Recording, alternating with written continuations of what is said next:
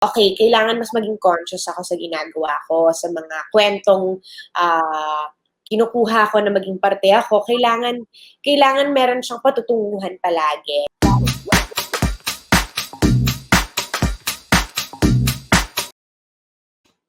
Hello, Pepsters! Welcome dito sa PEP Exclusives. And kasama natin ngayon, syempre, ang isa sa pinakamagagaling talagang actress ngayon sa ating showbiz industry. We have Jasmine Curtis-Smith. Hi, Hey, Jasmine! what's up? Good to be back on PEP. Good to be back with you guys. Yan, ako, thank you naman dahil ikaw ay nagbabalik at napaunlakan mo ulit kami. Always. Oh my gosh. Thank you, Aiko. Nangangati lang siya. Sorry. No, go away. But always good to be back and always good to make chika with you guys. Ayan. O, ito na. Simulan na natin ang chikahan natin with your new movie, with your upcoming movie na ipapalabas sa Upstream, di ba? Which is? It's called Midnight in a Perfect World. And the premise of this film is about 4 friends na naglalakad sa almost utopian-like Manila. And in this film, meron silang may encounter ng mga creatures in the night na sana maiwasan nila. And the only way na maiwasan nila is by going to a safe house. So, bago mag-midnight, dapat makapasok na sila sa safe house na yun. And that is yung basic premise ng story niya. Pero marami siyang different themes na tinatahak, such as like the socio-political scene, andito rin yung mga nangyari back in the day, in the 80s, meron din mga relevant sa mga nangyayari ngayon sa political world. So, very, very relevant in today's time, but also relevant sa history natin. Mm-hmm. O ayun na, idiretso na natin, no? Bilang ito naman ay part talaga ng ating questions. Pero, kamusta kasi parang relevant sa sitwasyon nga ngayon? I mean, di ba ito ay sinute nyo pre-pandemic pa? Pero, who would have thought sa pagpapalabas nito, parang ganun yung mga nangyayari? Exactly. This was shot 2018 pa. So to think almost 4 years ago. And yun na nga, kahit sabihin mong pre-pandemic siya, even pre-pandemic, alam mo yun, parang pre this current situation that we are all in. Bago pa naman mag-pandemic, actually relevant din yung kwento eh.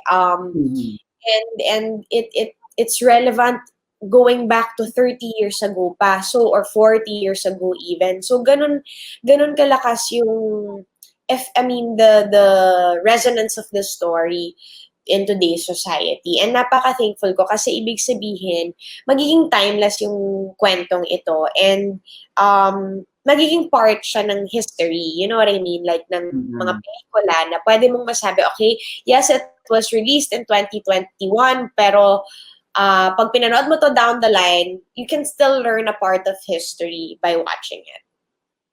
Grabe, ang galing. Yun nga, yun ang maganda ngayon kasi timeless yung movie. So parang kahit anytime, relevant siya. Pwede mapanood. Diba? Tsaka parang in line din sa talaga, sa yung path ng mga movie roles na ginagawa mo. Na talagang every time may kakaiba, every time relevant. All the time, kailangan. I think that's what makes working in this industry interesting, and at what keeps you, or keeps me at least, parang involved in nurturing yung culture natin also in the Philippines na lahat ng pwedeng tahakin na topics that maybe iniiwasan ng ibang artista, mas gugustuhin ko pang kunin, mas gugustuhin ko pang tahakin because mabibigyan mo ng boses yung mga kwentong yun, mabibigyan mo ng platform na mapag-usapan yung topic at hindi naman sa i-force mong i-normalize, no? Pero parang i-warm up mo lang yung mga ready na makinig, na ready nang mag-usap, or ready nang malaman yung katotohanan.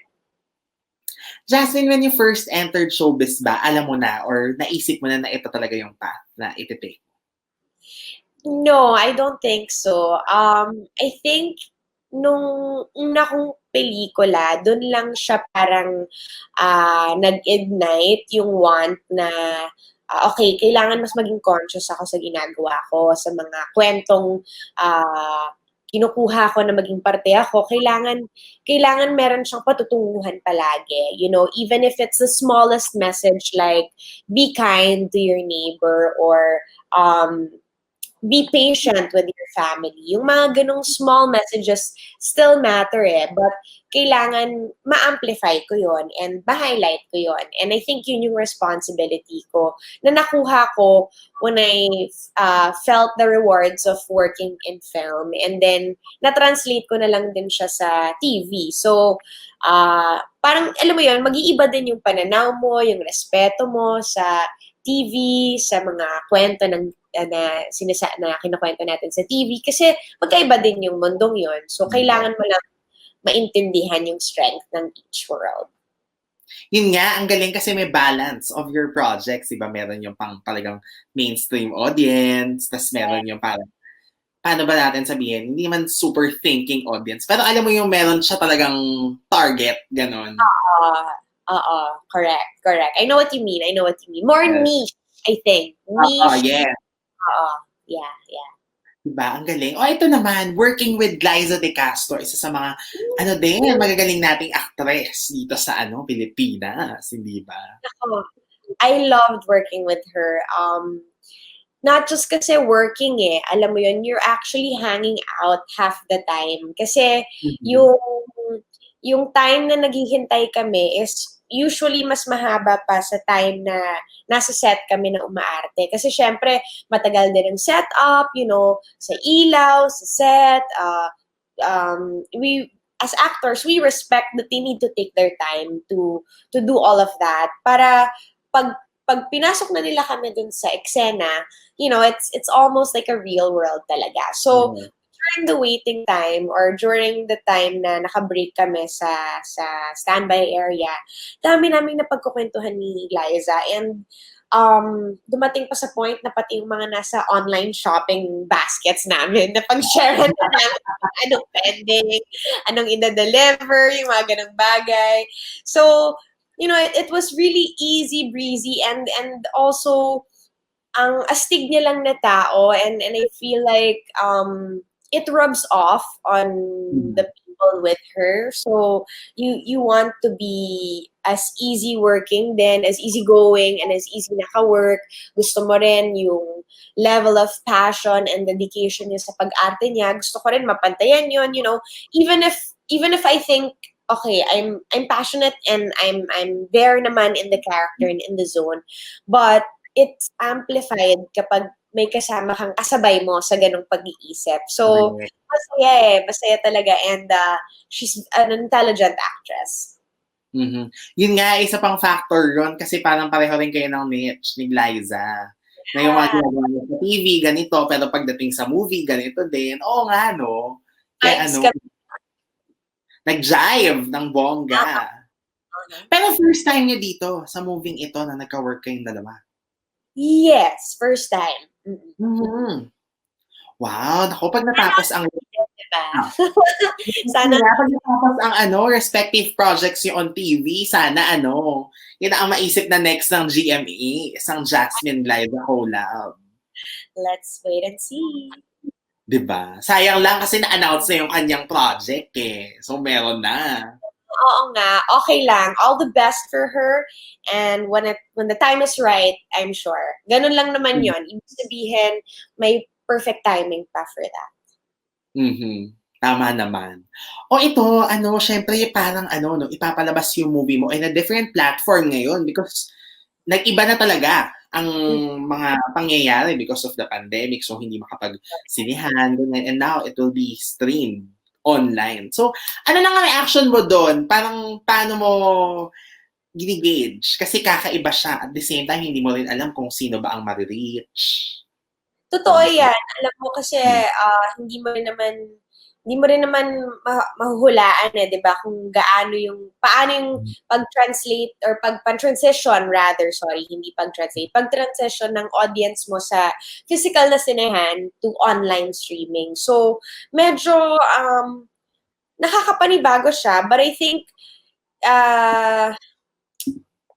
bukod sa artista, mas struggle siya for mga producers, yung mga ganyan, yung mga big heads behind the project. Kaming mga actors, napaka-thankful namin. Kasi, ibig sabihin yung project namin, mas may paraan ng mapanood. Alam mo yung mas accessible na siya, mas sumahaba ang buhay ng project, at mas nagkakaroon ng opportunity yung mga tao na ma-access siya at their own time. So, Yeah. when you have that, kasi it gives just, yun nga, it gives extra life to the project, to the film, and ibig sabihin, more chances for people to watch it. So ako, I'm thankful na meron tayong bagong platform like Upstream, and I'm thankful na bukod sa having it last December as part of Q Cinema on Upstream din, binalik ulit nila for a longer period. We're streaming now, and it's awesome kasi yun nga, humahaba ang shelf life, at nagkakaroon ng mas madaming opportunities for the viewers to watch local films. Correct. So, bali parang ano pala, nabitin lang yung sa Q Cinema, pero same platform din ang ginamit. Mas matagal lang din ang niya, ang showing niya this time. Correct. Kasi parang ito yung kumbaga, Q Cinema is Q Cinema, din ito yung parang release, ganon, theatrical release. Yes, correct. And worldwide, exclusively on Upstream. Correct. Wow, exciting. At least mas maraming makakapanood na inyong movie. Pwede na mapanood ng mom ko sa Australia. Correct. At least, oo nga, hanggang ang support. Diba? Kasi yung first, hindi niya napanood, the first showing. Hindi niya napanood. Kasi I think parang it was Christmas season. Tapos, syempre, aligaga siya, busy siya dun kay ate and baby Dahlia. So, okay lang. I let her enjoy her time. Sabi ko, I will find the way for you to watch it. Ito na. O, diba? Sakto. Nako, ayan. Speaking of streaming, congratulations din kasi, ngayon ang pinag-uusapan natin, Upstream, di ba? Pero ang dami mo ring projects na available sa Netflix. Unang-una na, syempre, AKTOR na exclusive. Tama, di ba? Exclusively on Netflix siya. Yes, correct. It is a Netflix film, actually. Ayun, when you were shooting that, alam niyo na Netflix movie siya? No, not yet. Actually, iba pa yung plano for AKTOR last year eh. Ang plano dapat dyan is for a film festival release. Kaso, bukod sa nag-lockdown tayo, we also, I guess the producers also felt like there's a better platform for it to be released. Kasi hindi pa sigurado din yung mga online platforms, hindi pa na-release si Upstream at that time. So, wala pa tayong opportunities to hold the film festivals online nung nasa kalagitnaan or simula pa lang ng lockdown. So, I think it was mid last year nung nalaman kong it will be a Netflix film na. And I got so excited kasi parang, alam mo yung waiting lang ako na sana may mga pelikula ako from the past na bilhin ng Netflix, ma-upload siya doon para mas, like films like Transit na, fingers crossed, it is a 10-17 film as well. Baka magkaroon ng chance in the future na ma-upload doon. So, doon ko lang siya nalaman, and I'm so thankful. I'm so thankful to Netflix talaga. My gosh, at least ganun ang international level, ganung feels, 'di ba? Hindi lang din mga Filipinos ang nakapanood. Yes, correct. Ano sa tingin mo yung advantage ng ganun na original Netflix movie siya na parang yun nandaang premiere? I think it's the advantage of it being called or being branded as a Netflix film, being owned by Netflix, is that malaki na kasi yung trust ng tao sa Netflix in itself. Meron na silang image, meron na silang branding that people know.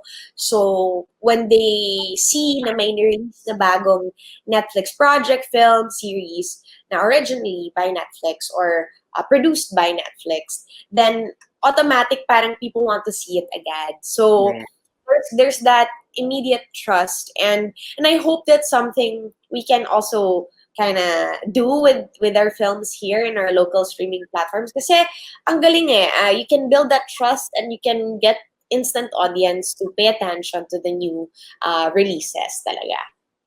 Mhm.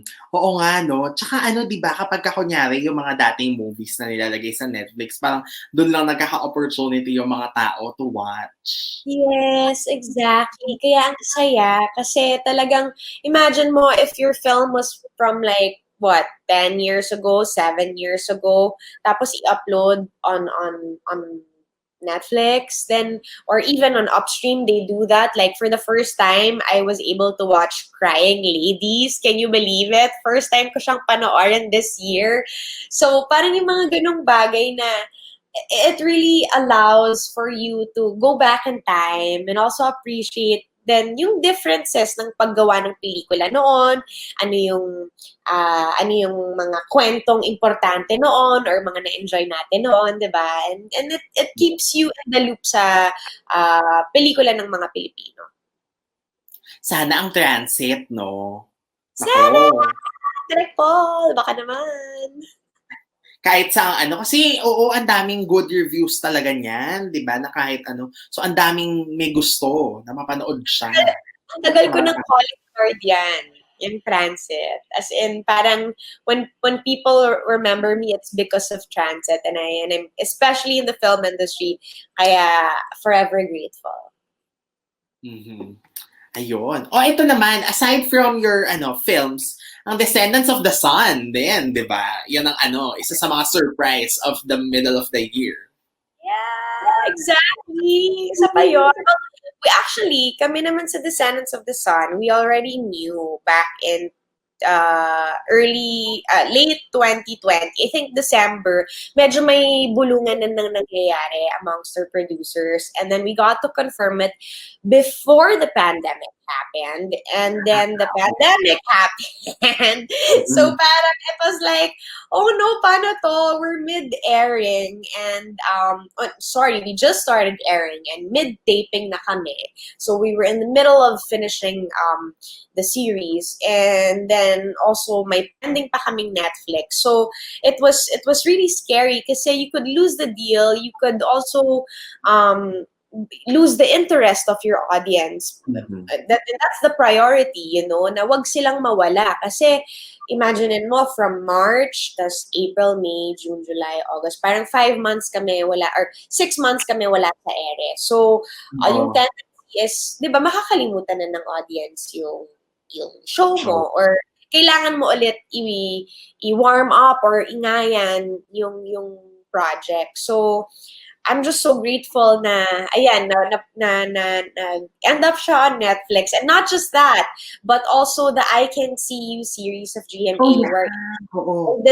the first chapter with Alden, Love on the Balcony, that's also going to be uploaded soon on Feb 15. Mm. So I'm so thankful. Like, this is all a dream in the past, na magkaroon ako ng project uploaded on Netflix, and it's coming true. And not just for me, but for a lot of Filipino actors and producers and directors. And bukod doon, nagkakaroon din tayo ng sarili nating platform din dito, which is through Upstream. So, alam mo yon, nagkakaroon din siya ng parang, okay, meron tayong Netflix, pero meron din tayong Upstream. Na Yeah. it's building, it's gonna become the biggest thing here in terms of online film streaming in the Philippines. I believe in that. Mm. Pero grabe yung I Can See You mo, no? Grabe yan, grabe. Ayoko na lang mag-spoil kasi baka ma-spoil ang mga manonood pa sa Netflix. I know! Kailangan yung ihanda, especially sa finale, sa last episode. We will Grabe. surprise you. Yun na lang yung nasabi ko. Ayoko mag-spoil, baka Pero for sure, sa mga nakapanood, alam yung tinutukoy yung grabe. Nako. Lalo sa iyong character. Parang Pero ang ganda ng kwento nun, ha? Yun Kahit yung saglit. talagang, yun yung talagang pagbasa ko, unang basa lang, I was like, okay, game, when's the taping? Usually kasi pag TV project, ang dami ko pang tanong, ang dami ko pang, okay, can we clarify this part, ganyan about the character. Ito talaga, sabi ko, direct LA, game, kailan mag-shoot? Kasi ang ganda ng twist, and for TV, it's something unexpected. So, di ba, parang, let's do it na. At in fairness, I can see you nga, no, na daily anthology na yan. Ang mga kwento din. Exactly. And it's a good spin and shake up for TV. Mhm. And speaking of na shake up, ano din, doon mo na na-experience ang mga bagong bagay dahil nag-lock in. Iba ng setup. Oo, exactly. So, parang, ano yun sunod-sunod ako noon ng trabaho. Nag-lock-in ako for a movie with Direct Paul again, noong August. Tapos, right after that, nag-lock-in ako for Descendants. Ano yung Tapos, Independence? and then right after Descendants, nag-lock-in ako for Love on the Balcony with Alden. So, iba yung pakiramdam ng hindi ka na umuwi from the shoot. I mean, normal kasi yun for film pagka nagla-lock-in ka out of town.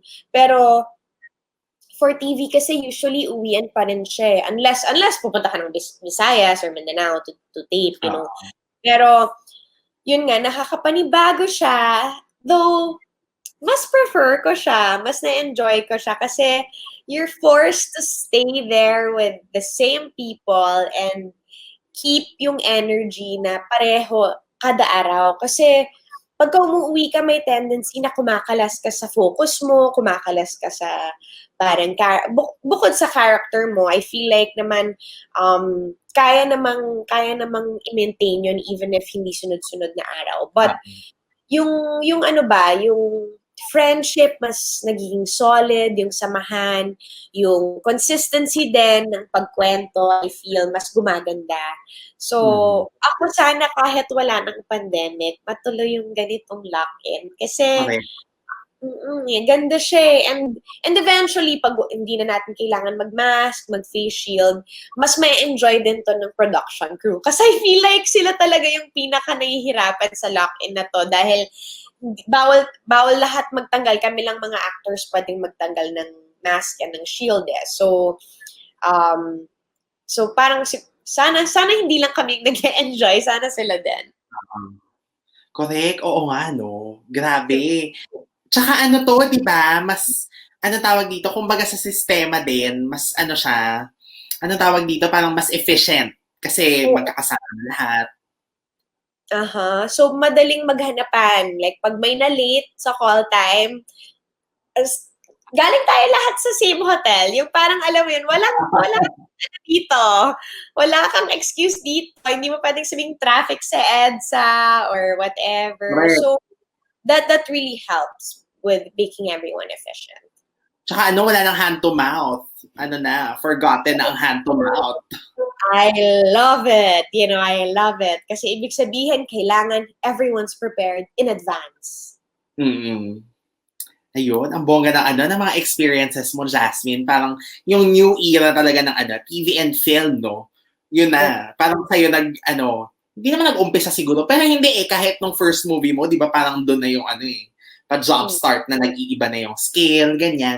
At parang saktong-sakto din naman siya sa iyong bagong role, sa inyong org, ang AKTOR.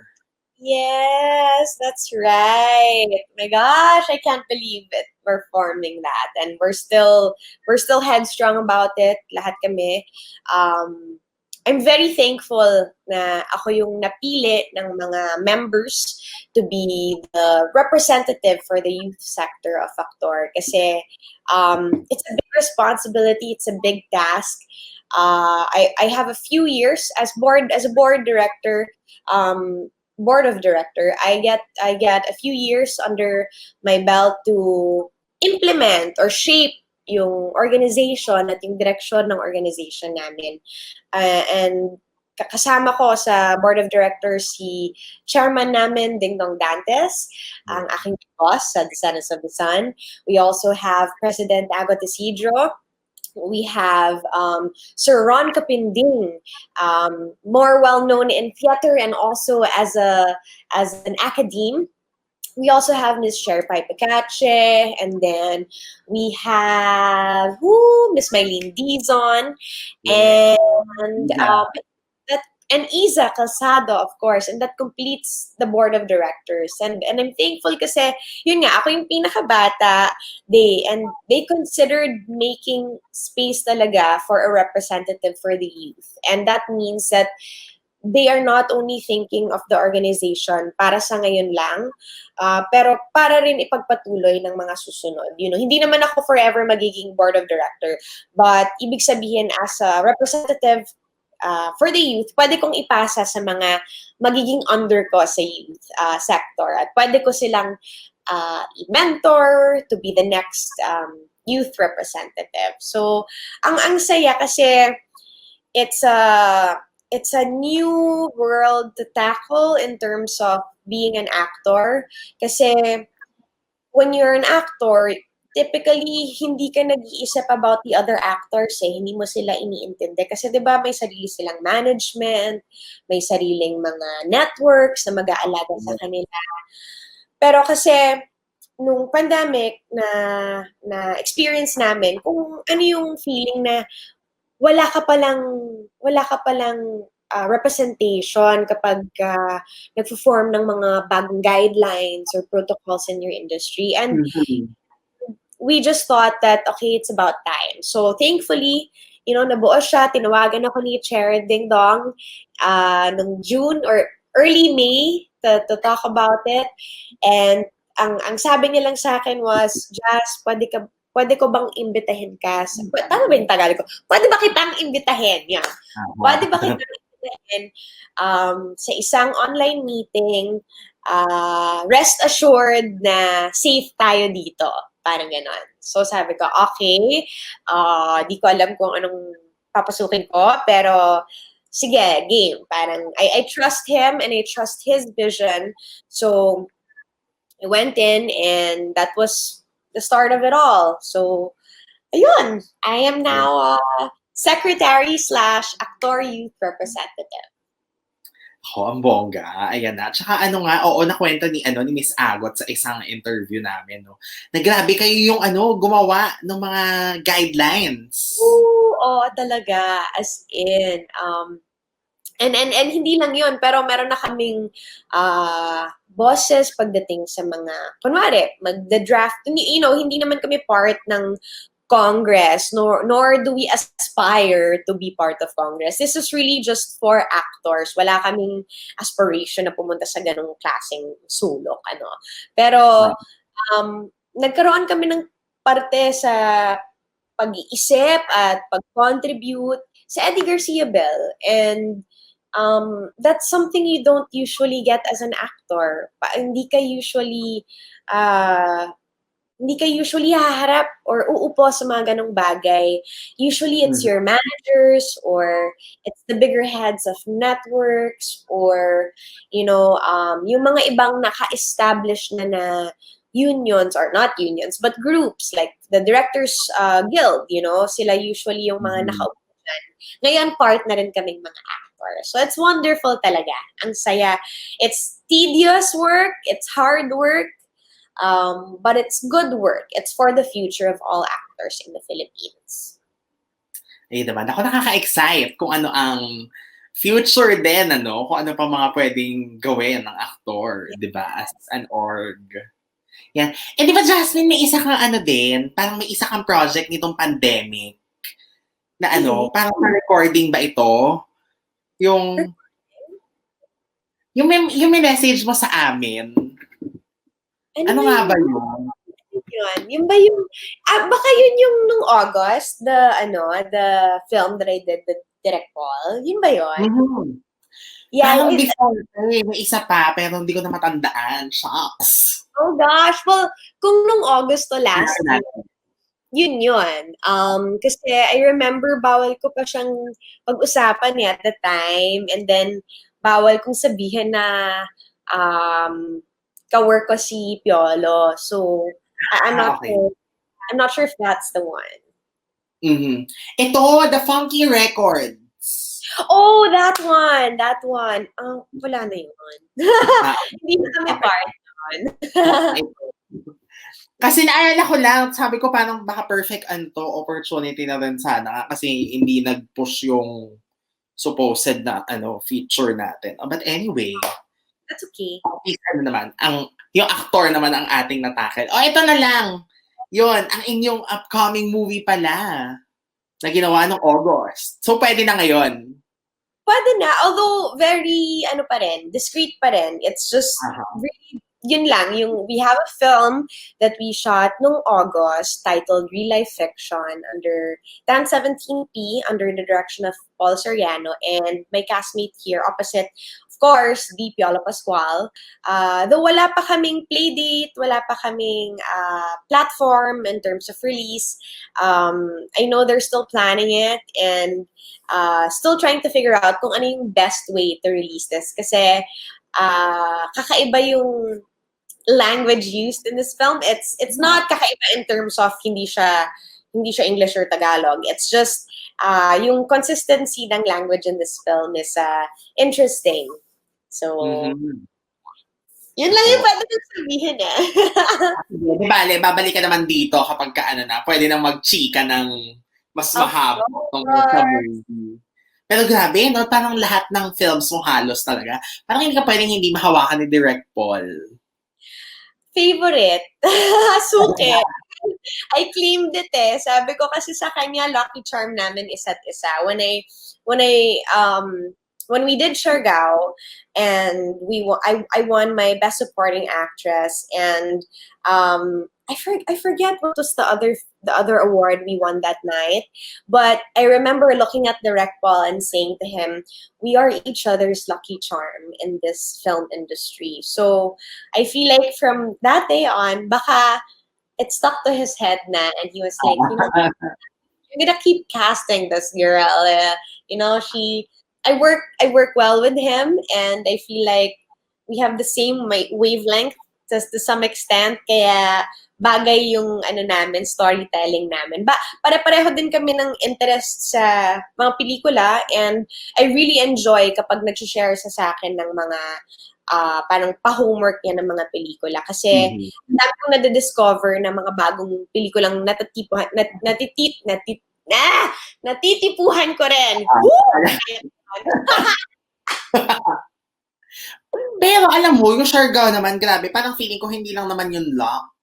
Parang, kasi grabe naman yung eksena mo doon. Diyos ko, parang kahit nasa last 30 minutes or so na ba yung pinaka-highlight nung iyong eksena, pero matindi, pang talaga, di ba?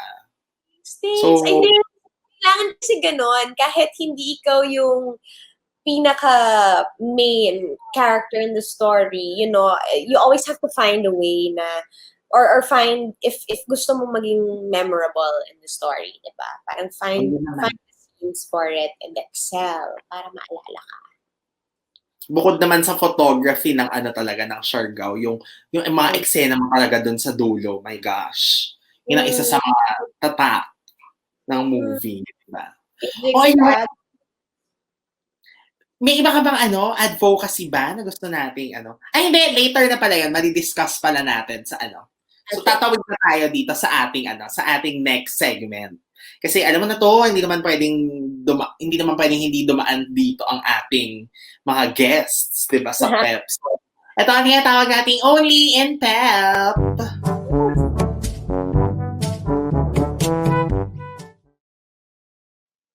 Okay, so ito lang naman ay rehash na PEP challenge. Pero dito kasi kaya Only in PEP, baka medyo may mga ma-reveal ka or mga ma-share na hindi natin usually narinig, di ba? And para magawa yan, ang ating game ngayon ay tinatawag natin 3s in 5.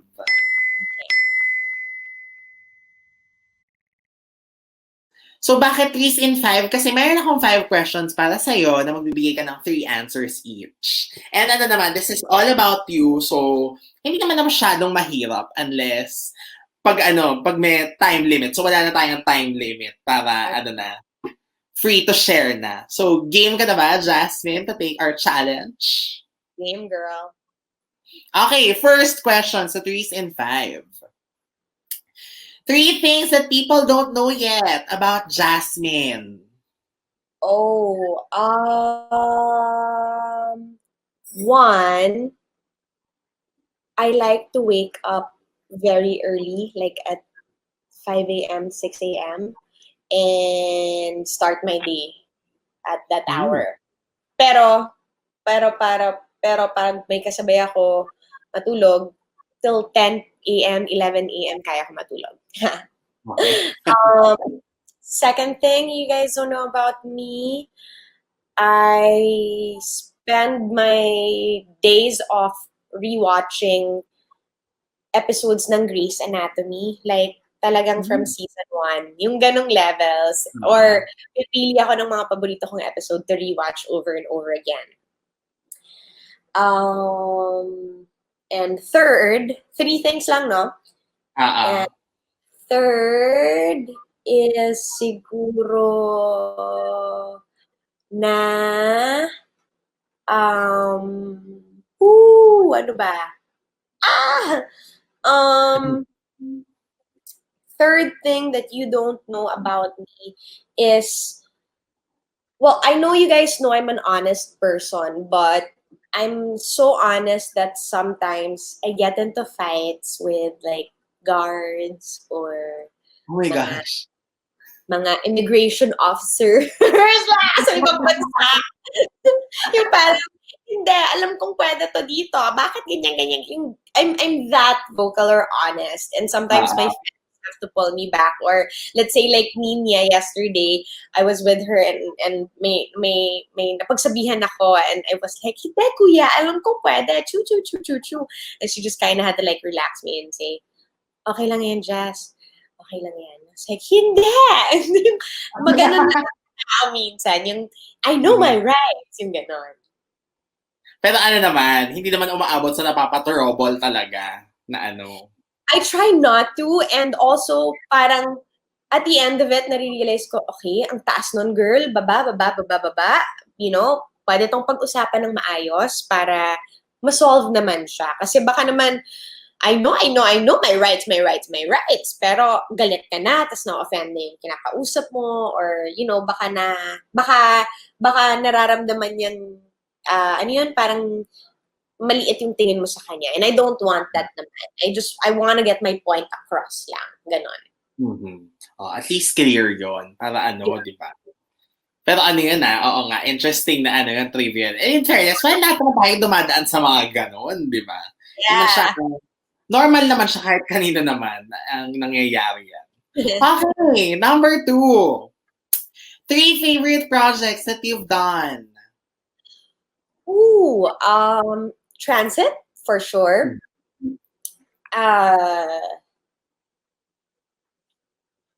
For TV, I'll give 1 film, 1 TV, 1 digital.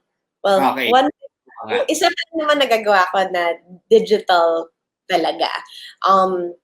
So Transit, TV, Descendants of the Sun, gotta be my favorite. But also /Sahaya, yung small stint ko doon. Yeah. Oo naman. And digital Forever Sucks. Kasi I enjoy. They were all my friends in the cast and in the crew, and I miss Direct Joel Ferrer.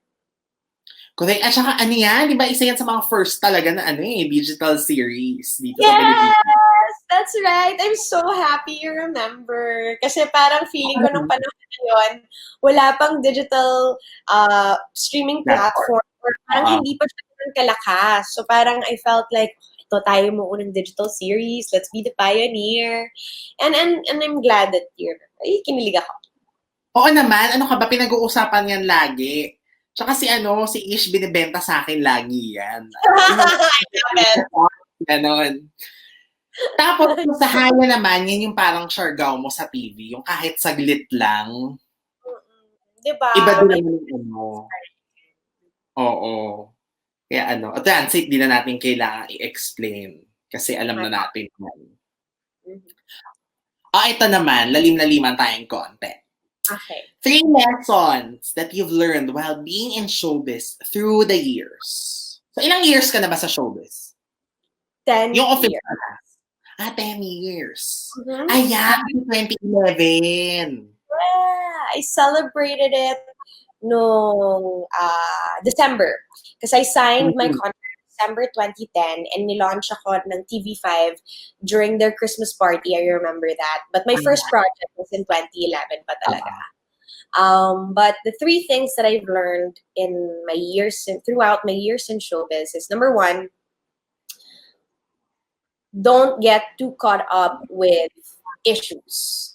Kasi after 1 week, wala na yan. May bago ng pinag-uusapan, and in one way or another, kung it keeps your name afloat, work with it. You know? Siguro yun yung number 2. Work with it. So number 1, don't worry too much because after 1 week, lilipas na yan. Pero number 2, work with it.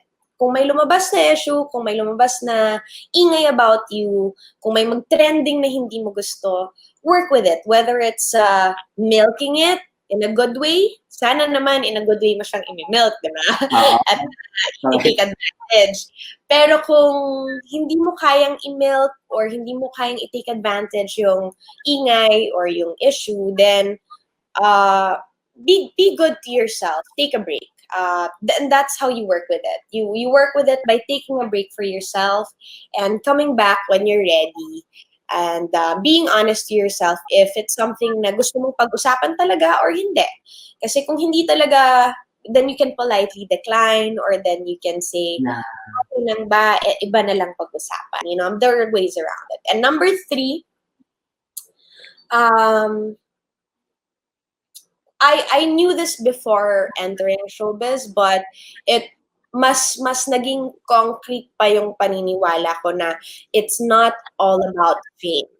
Because I know for a fact that I've seen my sister rise to the highest level of fame, and you know, she has cemented her name up there among with the icons of our industry.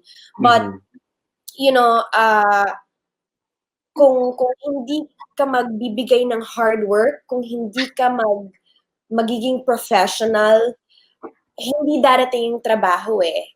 Sobrang bonus na lang talaga kung sobrang sumikat ka. Alam mo yun, hindi naman plano ni ate yung fame niya eh. It just happened. And before the fame happened to her, she worked so hard to get there. And yun yung nakikita ko ngayon at nararamdaman ko sa career ko na I just have to put in the good hard work, be professional, and yung talagang love it for what it is. Kasi it's not about fame. It's about sending a message across.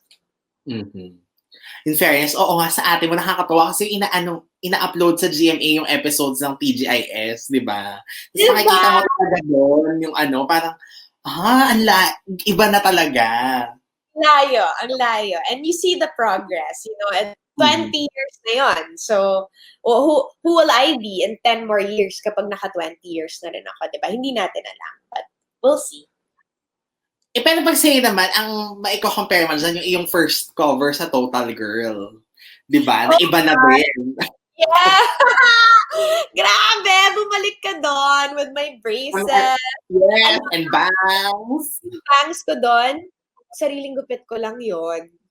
Like, parang naalala ko, feeling ko pinantay parang nung hairstylist yun nung araw na yun para maganda siya sa picture. Diba? Remember that? Oo. Tingnan natin kung mahanap natin yung cover na yun. Diba? Ang cute. Yung first 2 naman, oo, tama. Correct naman. Basta kung i-milk dry mo, naman, in a good way. Oo.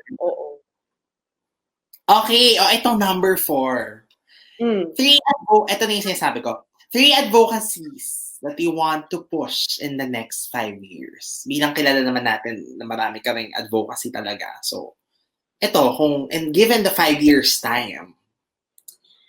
5 years time, I will push for, of course, always for the kids, the future of the kids in the country through World Vision. Palagi kong pinupush yan ever since I was in high school, even before I became an actress or a celebrity. Pangalawa, local films. So supporting local films, that is an advocacy in itself kasi it's a bigger idea than being an actress. Alam mo, napakaliit ng tool in the film industry. Madami kaming actors na pwedeng gamitin. But I want for more of us to be seen, for more stories to be heard. So gusto kong i-push talaga yon. And lalo na ngayon na wala tayong physical sinehan, parang mas kailangan pang i-push talaga yan. And number 3, siguro our environment. Well, I wanna to share the environment and actors. Kasi the environment, because I feel like ang dami nating pwedeng gawin to take care of our environment. And now that lahat tayo na-lockdown, na-experience what it is na hindi makalabas at mag-crave for the great outdoors, there's even greater need na mas alagaan natin siya ngayon. Kasi pag dumagsa ulit tayong lahat sa great outdoors, sa mga beach, sa mga hiking spots, or kung saan pa man yung bakasyon na pupuntahan mo once allowed na, kailangan aware na tayo yung mga bagay na pwede nating i-avoid para hindi mag-cause ng pollution or mag-cause ng ano ba, ng I guess even worse flooding in the future, yung mga ganong bagay. I wanna be able to push for that kasi grabe naman din yung yearning natin lahat for the great outdoors. And it's half with AKTOR because the actors in AKTOR will help push for these advocacies too.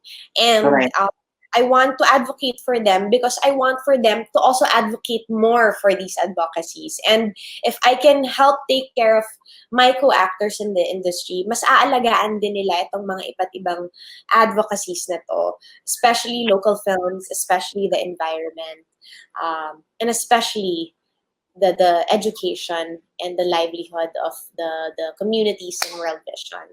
So, yeah.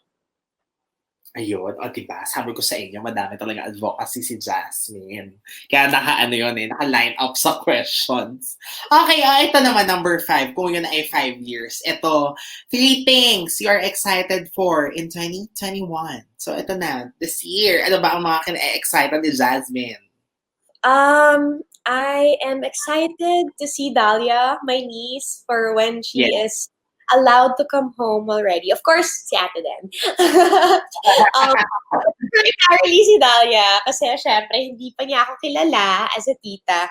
And ako din, as in the last almost 1 year that she has been in our very confusing world, hindi niya pa ako nakikilala hindi ko pa siya nakikilala, and she has already grown so much. So, excited for meeting Dahlia again, and carrying her. Pangalawa, I am excited to see the film that I did with Paul Soriano and Piola Pascual. I don't know what to expect with that kasi parang it's a very if you look at the maturity of all the love stories that I've done, this is by far the pinaka-adventurous and the pinaka mature that I've gotten. And third, I'm looking forward to more content on Upstream or any local streaming platform. Kasi it's always good to be able to see more Filipino films, and lalo na ngayon kung it's as easily accessible as going on a website and paying for your ticket online na pwede mong i-share with your family at home. So, I can't wait to watch more films while we're all at home and to just binge watch, I guess. Ayun. Ay, naku, exciting pala ang iyong 2021. Sana, no, na ma-push na and maging okay na para mas sure ang mga mangyayari. Especially the first one. Paano ba yun? Syempre, naka-ano din, di ba? Naka-rely din kung ano magiging sitwasyon ng mundo, especially ng Pilipinas. Oo. Tsaka yung travel ban, I think may specifically named kasi si Australia sa travel ban ng Philippines. So, they are required to do the 14-day quarantine if they land here. I think so. Pero syempre, parang pinag-iisipan din nila yon kasi paano yun? Paano yung 14-day quarantine dito with a baby pa? So, I think Oo. they're trying to make the perfect timing to come home. Sana Mhm. soon na! Correct. May mga naiisip ka na bang plans how to be a tita?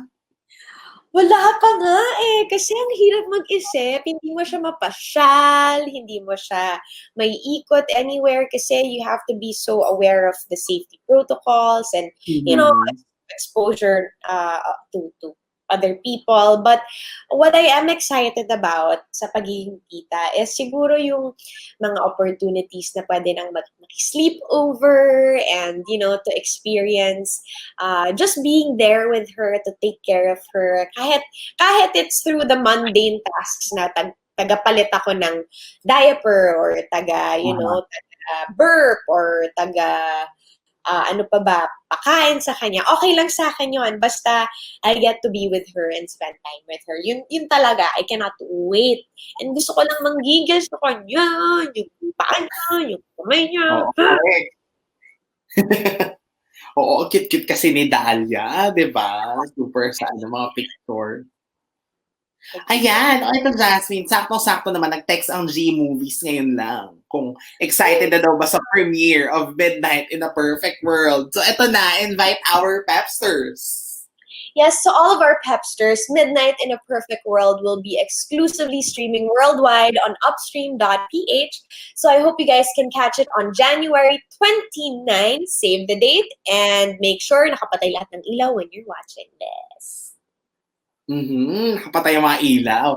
And ano pa ang mga dapat abangan kay Jasmine and syempre kung saan ka nila dapat i-follow para malaman ang updates ng iyong mga projects.